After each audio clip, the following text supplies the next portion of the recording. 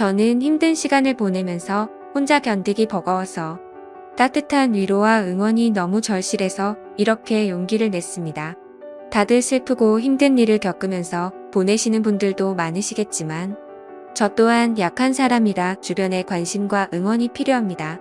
따뜻한 격려의 마음이라도 부탁하고자 사연을 보내게 됐습니다. 들어주시면서 저에게 용기를 꼭 주셨으면 좋겠습니다. 저는 결혼을 약속한 남자친구가 있었습니다. 남자친구와 저는 같은 미술 전공으로 대학교에서 만나 연애를 시작했어요.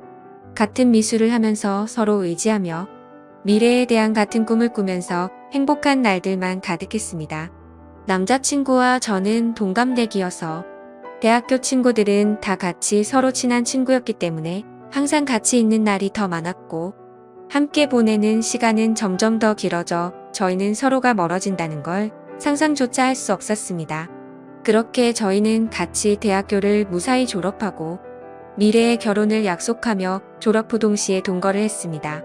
주변에서는 왜 결혼을 안 하고 동거를 시작하냐는 말들이 있었지만 저희는 미래에 대한 서로의 꿈이 있었기 때문에 사회생활도 해야 하고 아직은 결혼하기 이르다 생각이 들었기 때문입니다.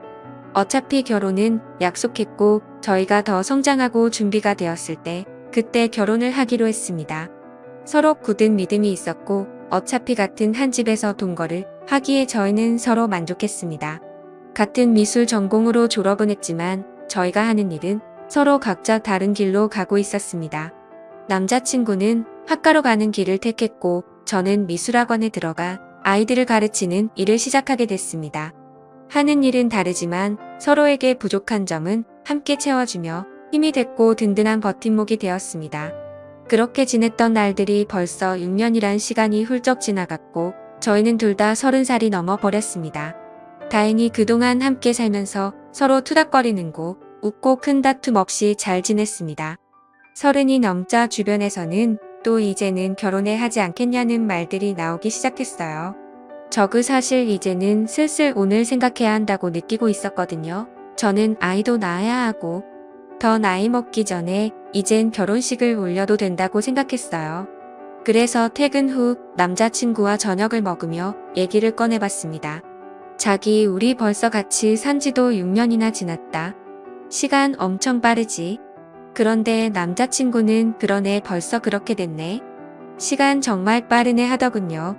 그래서 직접적으로 얘기를 꺼내야겠다 싶었죠. 우리 나이도 벌써 30도 넘었고 슬슬 결혼 준비도 해야 하지 않을까?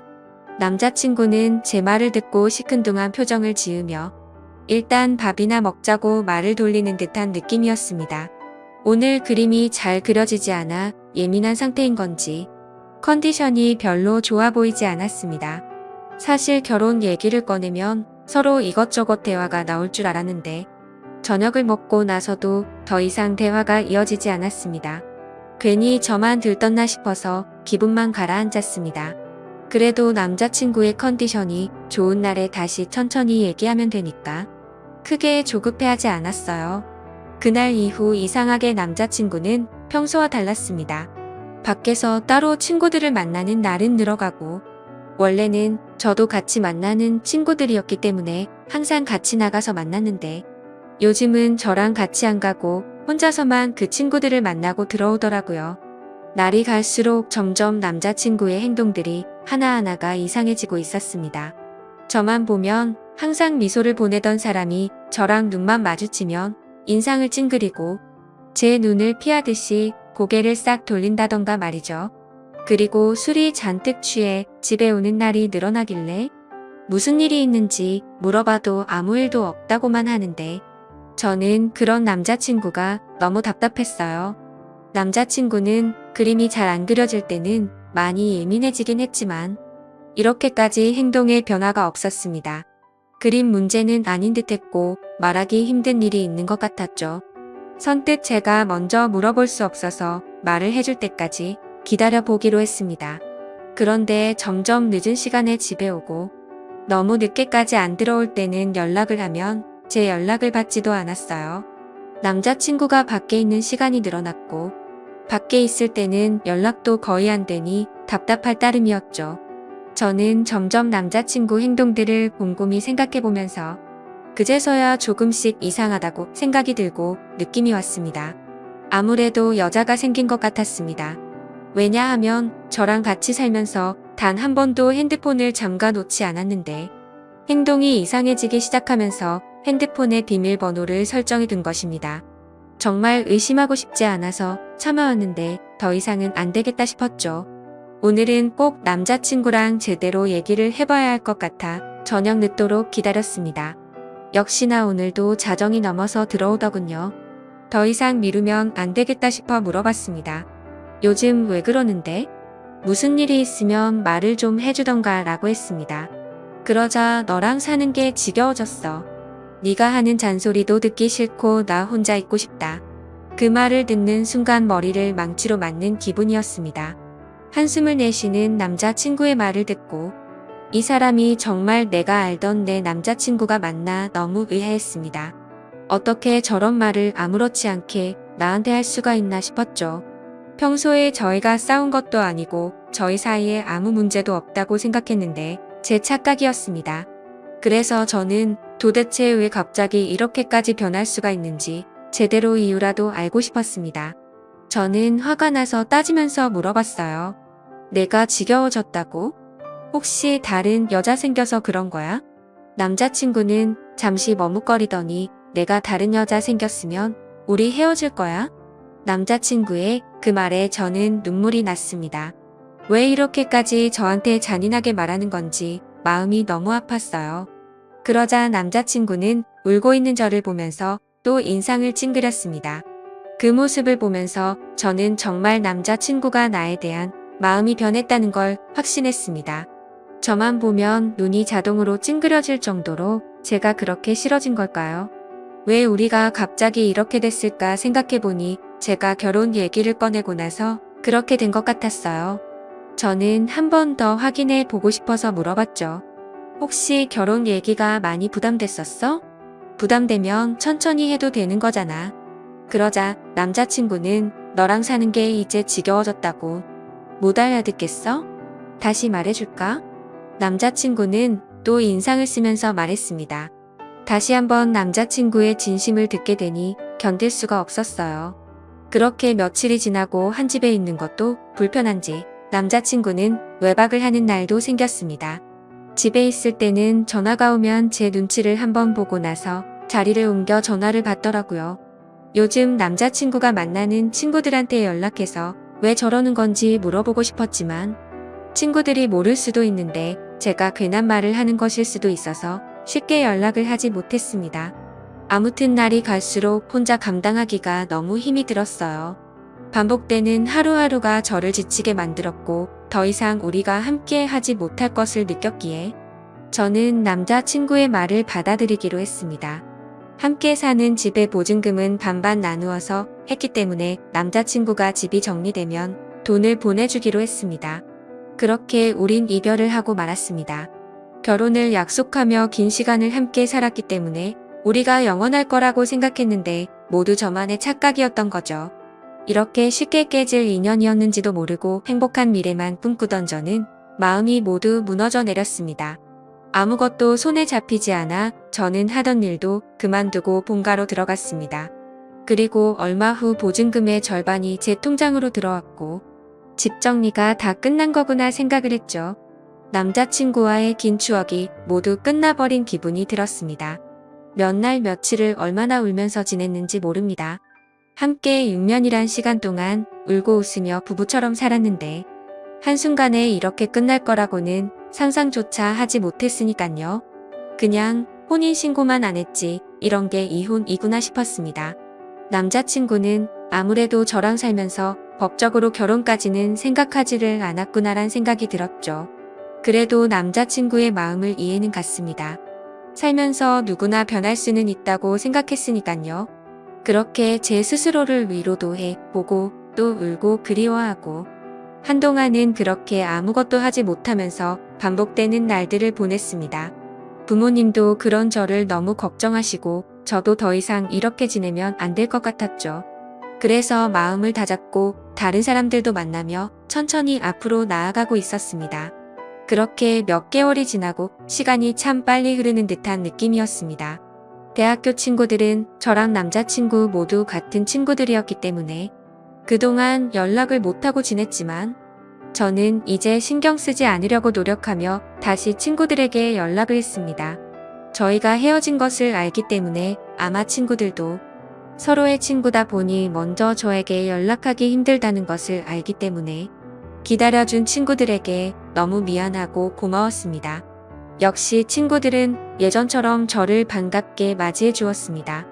그러다 한 친구가 헤어진 남자친구의 소식을 알고 있냐면서 요즘 작품 개인전을 열고 있다면서 잘 지내는 것 같다면서 얘기를 해주더라고요. 사실 많이 궁금해하며 지냈습니다. 그림은 계속 그리는지 나 말고 딴 여자를 만나서 결혼을 했는지 말이죠. 믿고 원망하면서도 항상 궁금했으니까요. 아무튼 그래서 개인전을 하고 있다는 말을 듣고 고민이 많았습니다.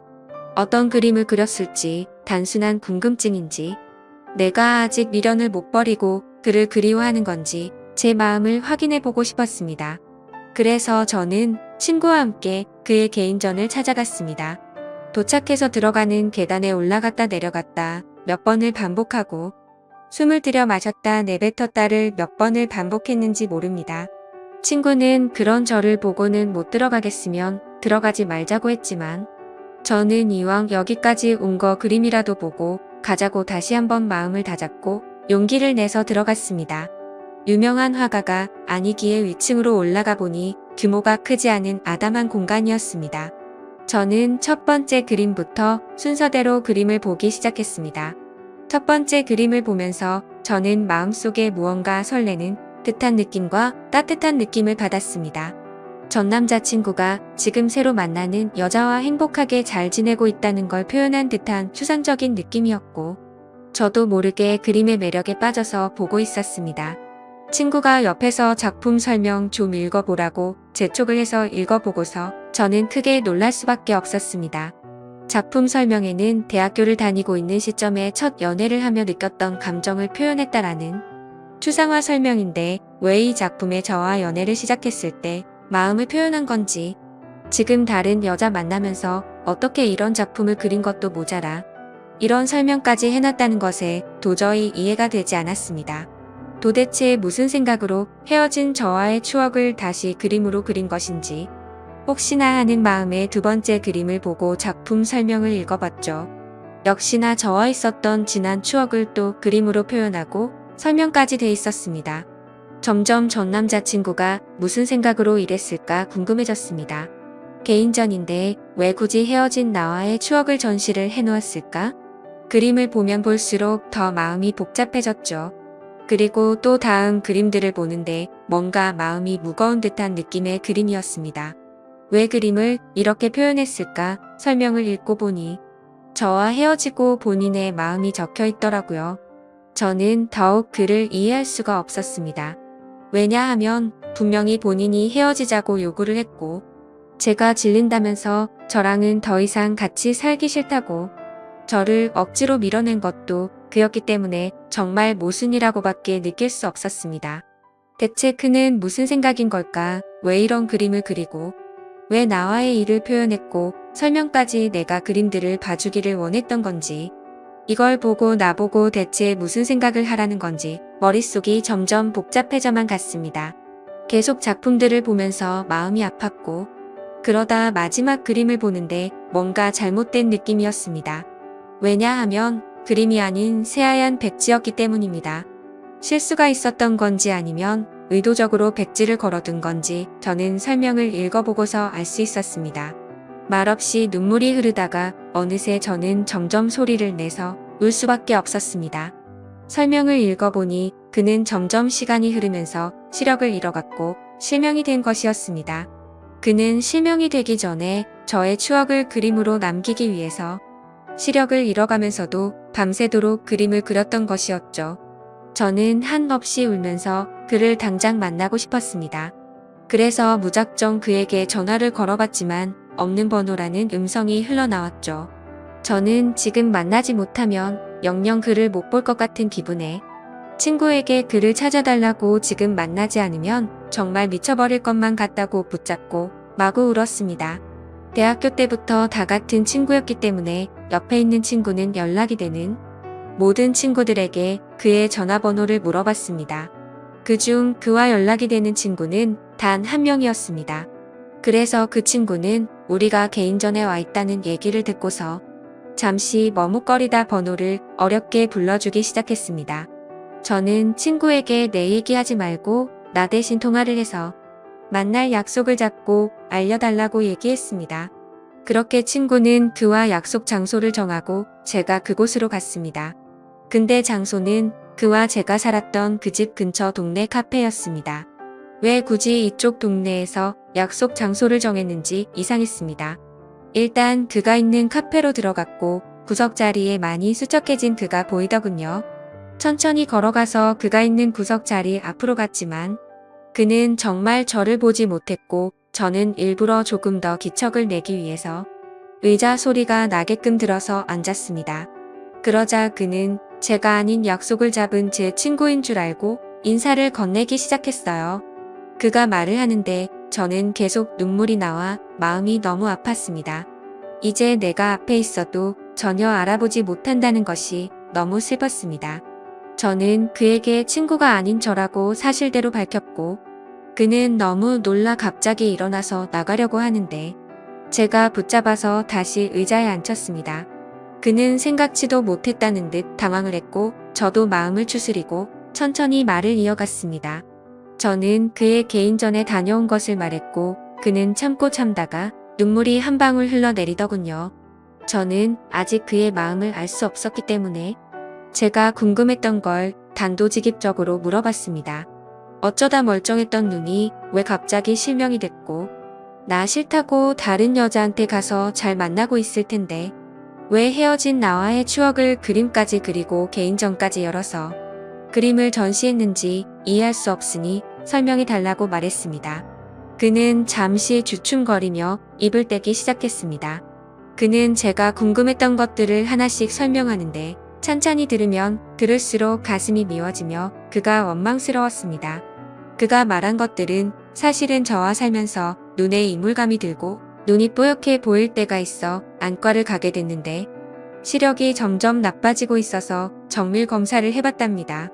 검사 결과 눈이 점점 실명이 되고 있었다라고 말을 들었다고 하네요.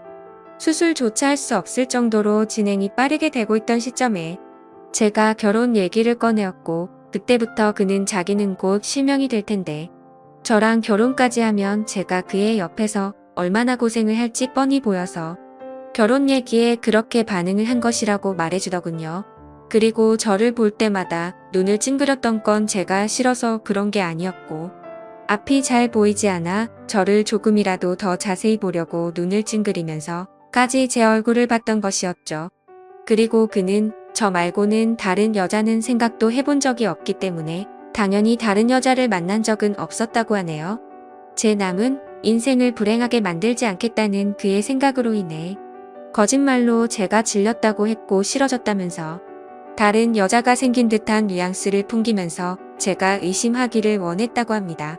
그래서 제가 먼저 떠나기를 바랬던 건데 하나하나 그의 얘기를 들으면서 그때 생각을 해보니 정말 저는 그에게 너무 무관심했구나 느꼈죠. 정작 옆에 같이 사는 나는 왜 그가 눈이 잘 안 보이는 것조차 눈치채지 못했을까 제 자신이 너무 원망스러웠습니다. 제가 진작 눈치라도 챘다면 이렇게 허망하게 그와 헤어질 일도 없었을 텐데 싶었죠.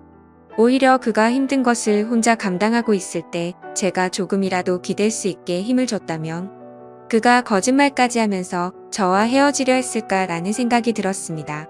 그의 마음을 헤아려 보니 그가 혼자 얼마나 힘들었을까라는 생각에 가슴이 너무 아팠습니다. 그는 설명하는 내내 눈물이 마르지 않았고 저도 중간중간에 말하고 싶은 걸 최대한 참고 눈물을 흘리며 듣고 있을 수밖에 없었습니다. 그의 얘기를 다 듣고 나서 저는 그에게 시력을 잃고 우리가 헤어지면 내가 혼자 행복하게 살 수 있을 거라고 생각했어 라고 묻자 그는 눈이 보이지 않는 남편 말고 평범하고 건강한 남자 만나서 아이 낳고 행복해 살기를 바랬어 라고 울먹이는 듯한 말투로 겨우 대답을 하더군요. 저는 그 말을 듣자 맞아 그의 진심이 무엇이었는지, 왜 그때 그가 딴 여자가 생긴 것처럼 말하고 저를 그렇게까지 밀어냈는지 이제야 그의 마음을 알게 됐습니다. 그는 정말 나를 진심으로 사랑했고 본인보다 나를 먼저 생각한 사람이었다는 걸 왜 저는 그때 제대로 알지 못했을까요? 다시 한번 마음을 추스르고 왜 이 동네에서 약속을 잡은 건지 물어봤습니다. 그는 사실 저와 함께 살던 그 집에서 제가 나간 이후로 쭉 혼자서 살고 있다고 했어요. 알고 보니 집을 정리한 것처럼 저에게 돈을 보낸 것이었고, 그는 혼자 저의 추억이 있는 그 집을 떠나지 못했다고 했습니다. 저도 그와 헤어지고 많이 힘들었다고 생각했는데, 그는 제 흔적이 있는 집에서 혼자서 얼마나 외롭고 슬펐을지 가늠조차 되지가 않더라고요. 모든 것을 혼자 짊어지려고 하는 그가 믿고 원망스러웠지만 저를 위한다는 마음에 버렸던 일이었기에 그를 미워할 수도 없었습니다.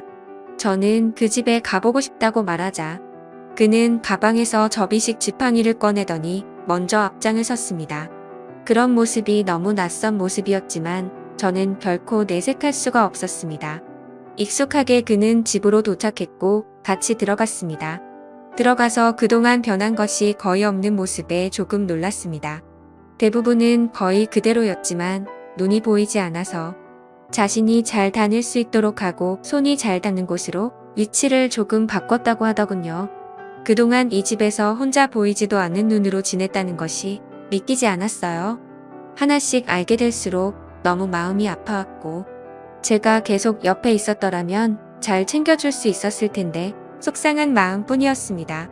그는 보는 것처럼 이젠 제법 익숙해져서 지내는데 불편함이 크게 없다며 걱정하지 말라고 스스로 잘 해내고 있으니 저보고 이제 걱정하지 말고 좋은 사람 만나서 잘 지내라고 말하더군요.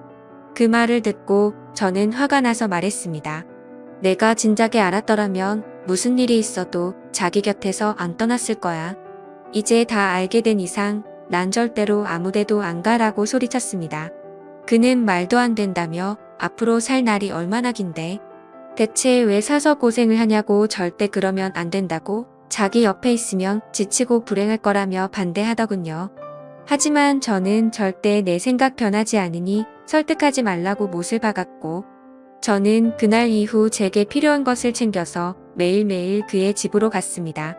그가 조금이나마 불편하지 않게끔 제가 할 수 있는 것들을 찾아서 하고 밥도 같이 먹고 차도 마시며 대화하는 시간들을 많이 가졌습니다. 그는 처음에 오지 말라며 저를 밀어냈지만 저는 이번만큼은 제 의지대로 밀어붙였습니다. 그렇게 매일 같이 보내는 시간이 길어지며 저는 궁금한 것이 생각나서 물어봤습니다. 근데 개인전 열었을 때 마지막에 왜 백지를 걸어둔 거야? 라고 물어보자 내가 시력을 점점 잃어가면서 그날딱 아무것도 보이지 않았어. 그래서 붓을 잡고 아무것도 그릴 수가 없었거든.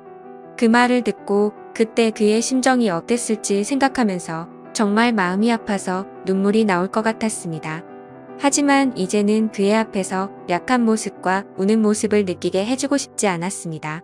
저는 그래서 억지로 눈물을 참고 대화를 이어나갔어요. 이제야 모든 일들의 수수께끼가 다 풀렸고 저는 앞으로의 일들만 생각하기로 했습니다. 저는 그의 옆에 있기로 마음을 먹었고 그가 마음의 문을 열 수 있도록 제 마음을 매일 표현했습니다. 그가 없는 생활에 저는 아무런 의미가 없는 것을 알기 때문에 더욱 더 그 옆에서 붙어 지냈습니다. 그러자 그도 더 이상 자기가 밀어낸다고 해서 제가 밀어줄 것도 아니란 걸 깨닫고 저와 함께 하기로 했습니다. 서로 마음이 변해서 헤어진 것도 아니고 우리는 아직까지도 서로를 그리워하며 사랑한다는 걸 잘 알았기 때문에 다시 시작하기로 했습니다. 저는 더 늦기 전에 그와 결혼식부터 올리고 싶어서 그를 설득하고 주변 친구들에게 도움을 받아 결혼식을 진행하기로 했습니다. 그렇게 우리는 서로 부부가 되었고 서로에게 더 의지하며 좋은 일도 함께하고 혹시나 불행이 찾아와도 함께 그 불행을 맞이하며 이겨내자고 굳게 약속했습니다. 그동안의 힘든 시간들이 무색했을 정도로 저와 남편은 하루하루 정말 행복하게 지냈습니다. 남편과 문화센터도 함께 다니면서 남편이 배우고 있는 점자를 저도 함께 배웠고 그를 더 이해하고 배려해야겠단 마음도 들었습니다. 하지만 남편은 더 강해지려고 노력했고 저도 제 스스로 더 마음이 단단해지려고 노력했습니다. 물론 쉬운 결정도 아니고 앞으로 아기가 생기면 더 힘들 일도 많아지겠지만 서로가 함께한다는 것만으로도 앞으로의 일이 걱정보다는 설렘으로 다가왔고 긍정적으로 더 노력해서 우리가 아기와 행복해질 수 있도록 해야겠다 싶었죠. 그리고 남편은 앞으로 좋은 아빠가 되겠다며 행복한 미소로 그는 약속해 주었습니다. 나중에 태어날 우리 아기와 새 식구 앞으로 행복하게 잘 살도록 하겠습니다. 제 사연을 읽어주셔서 감사드립니다.